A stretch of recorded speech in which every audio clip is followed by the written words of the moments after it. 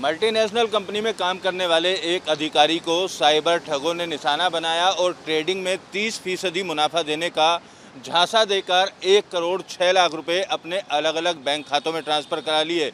पैसा ट्रांसफ़र करने के बाद जब मुनाफे का पैसा विड्रॉल करने के लिए पीड़ित व्यक्ति ने साइबर ठगों से कहा तो उन्होंने पैसा विड्रॉल करने की परमिशन नहीं दी। साथ ही उन लोगों के द्वारा कहा गया कि और पैसा निवेश किया जाए ताकि तो उसके बाद ही वो अपने पैसे को निकाल सकता है।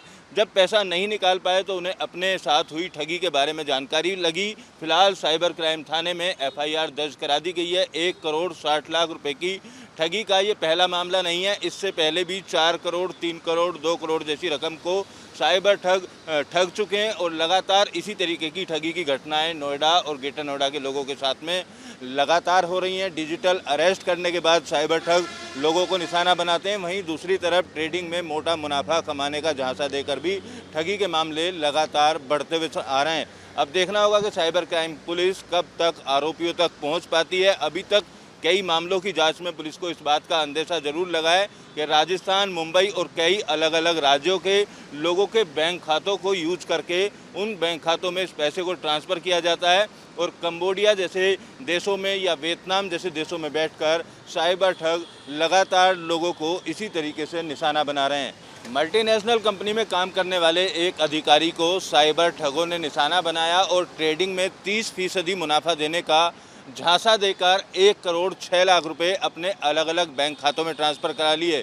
पैसा ट्रांसफ़र करने के बाद जब मुनाफे का पैसा विड्रॉल करने के लिए पीड़ित व्यक्ति ने साइबर ठगों से कहा तो उन्होंने पैसा विड्रॉल करने की परमिशन नहीं दी। साथ ही उन लोगों के द्वारा कहा गया कि और पैसा निवेश किया जाए ताकि तो उसके बाद ही वो अपने पैसे को निकाल सकता है। जब पैसा नहीं निकाल पाए तो उन्हें अपने साथ हुई ठगी के बारे में जानकारी लगी। फिलहाल साइबर क्राइम थाने में एफआईआर दर्ज करा दी गई है। 1 करोड़ 60 लाख रुपए की ठगी का ये पहला मामला नहीं है। इससे पहले भी 4 करोड़ 3 करोड़ 2 करोड़ जैसी रकम को साइबर ठग चुके हैं और लगातार इसी तरीके की ठगी की घटनाएं नोएडा और ग्रेटर नोएडा के लोगों के साथ में लगातार हो रही हैं। डिजिटल अरेस्ट करने के बाद साइबर ठग लोगों को निशाना बनाते हैं, वहीं दूसरी तरफ ट्रेडिंग में मोटा मुनाफा कमाने का झांसा देकर भी ठगी के मामले लगातार बढ़ते हुए आ रहे हैं।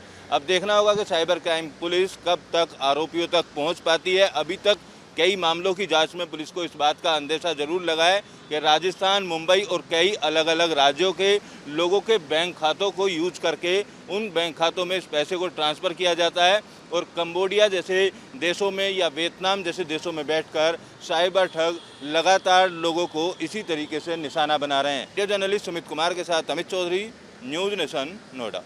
न्यूज नेशन अब व्हाट्सएप पर खबरों की ताजा अपडेट के लिए न्यूज नेशन के इस क्यूआर कोड को स्कैन करें।